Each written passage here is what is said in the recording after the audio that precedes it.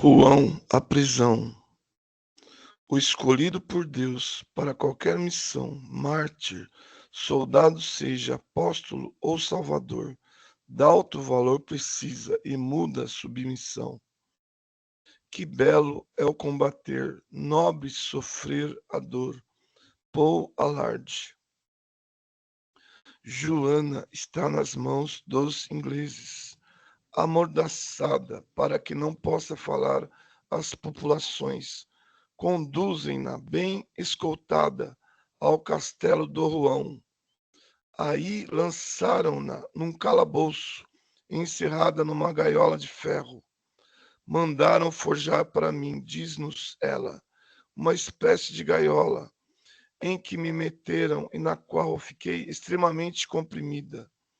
Puseram-me ao pescoço umas grossas correntes, uma na cintura e outras nos pés e nas mãos.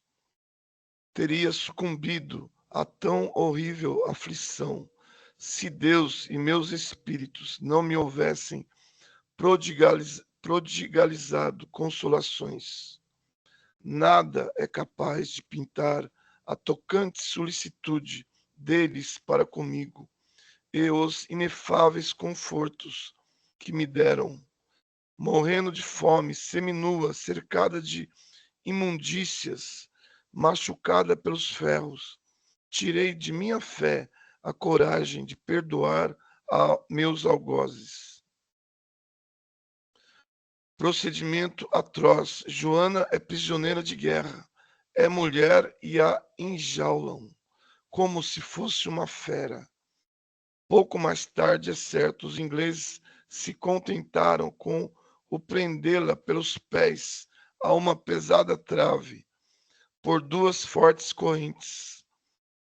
Assim começa uma paixão de 6 meses. Paixão sem exemplo na história.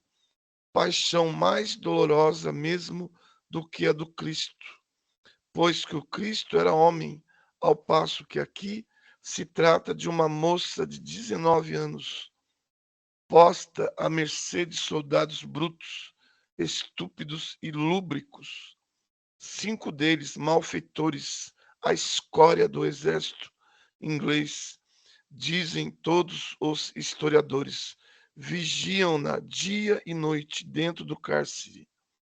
Imaginai o que pode uma donzela acorrentada esperar de homens vis e grosseiros, bêbedos de furor contra aquela que consideraram a causadora de todos os reveses que sofreram. Os miseráveis a atormentavam com os maus tratos.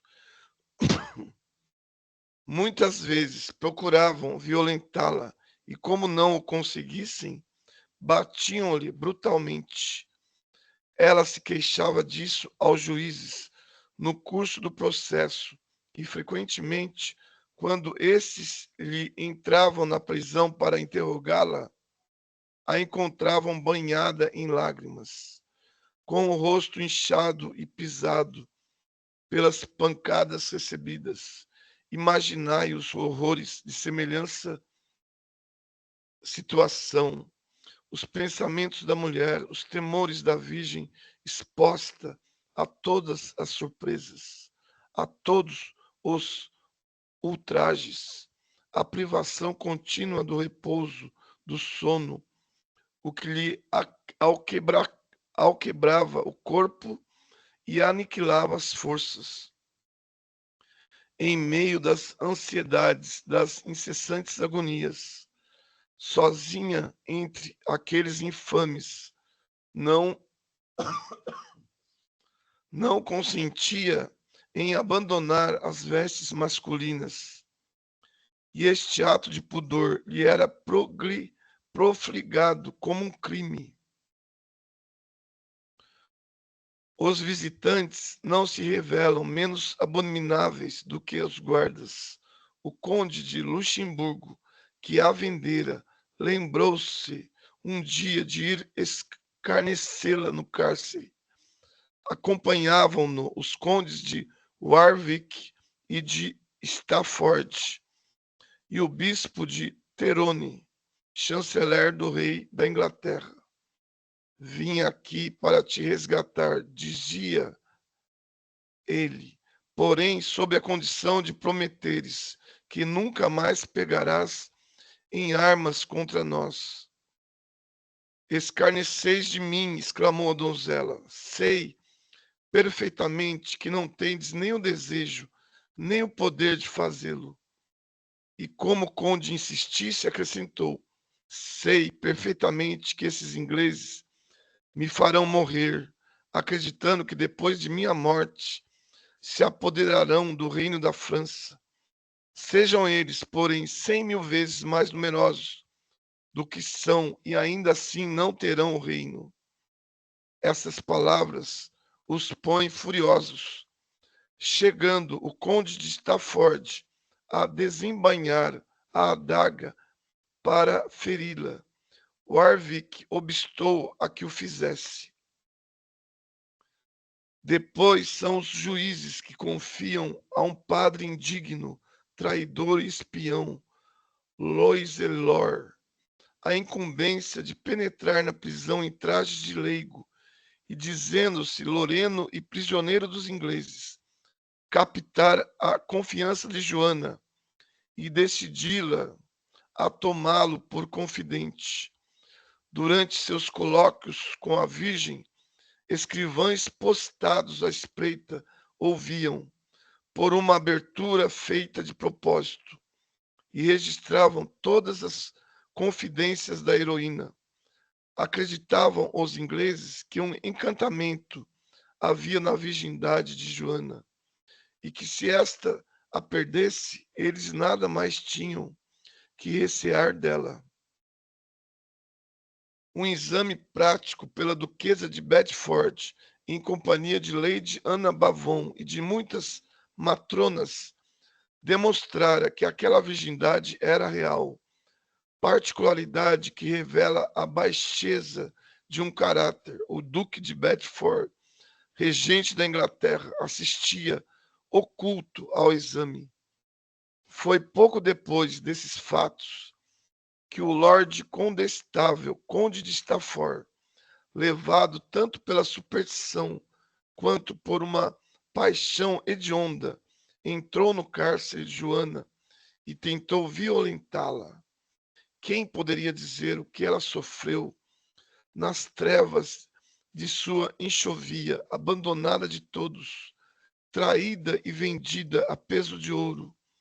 Experimentou os requintes da dor, conheceu as horas de angústia, de tortura moral, em que tudo se nos escurece ao derredor, em que as vozes do céu parecem que se calam, em que o invisível se conserva mudo, quando os furores, os ódios da terra se desencadeiam e arremessam contra nós. Todos os missionários hão provado as amarguras dessas horas cruciantes, e ela as amargou mais do que todos. Ela, pobre menina, entregue indefesa às mais vis ofensas. Por que Deus permite tais coisas? Para sondar a alma e o coração de seus fiéis, para tirar a prova da fé que depositam nele, para que os méritos dos que assim são feridos aumentem e para que a coroa que lhes reserva ganhe mais brilho e beleza.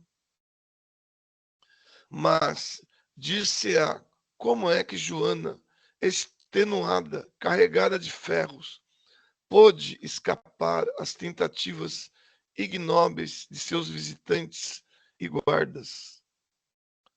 Como pôde manter incólume a flor da pureza, que era sua salvaguarda? Pois que, de acordo com a opinião corrente naquela época, a uma virgem não se podia imputar o crime de sortilégio. Ora bem, eis aqui, nessas horas terríveis, que lhe causavam mais horror do que a própria morte, o invisível intervém, uma legião radiosa se introduz na gélida e sombria prisão. Seres que só ela vê e aos quais chama seus irmãos do paraíso. Vem cercá-la, ampará-la, dar-lhe as forças necessárias para resistir ao que teria sido um sacrilégio abominável. Esses espíritos a reconfortam e lhe dizem: sofrer é engrandecer-se, é elevar-se. Em meio das trevas que envolvem, uma claridade se produz. Suaves cânticos lhe chegam aos ouvidos, como o eco das harmonias do espaço.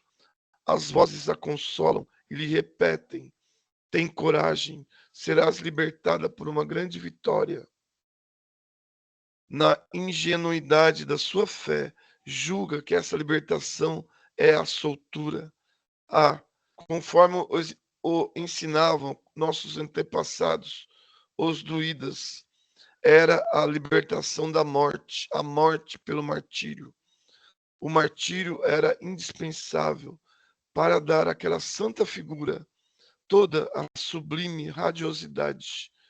Não é privilégio das almas superiores ter por destino sofrer pelas causas nobres? Não é imprescindível que passem pelo cadinho das provações para mostrarem todas as virtudes, todos os tesouros, todos os esplendores que encerram? Uma grande morte é o coroamento necessário de uma grande vida, de uma vida de devotamento, de sacrifícios. É a iniciação numa existência mais elevada. Porém, nas horas dolorosas, durante a suprema purificação, sobre-humana força sustenta essas almas, força que lhes permite tudo afrontar, tudo vencer.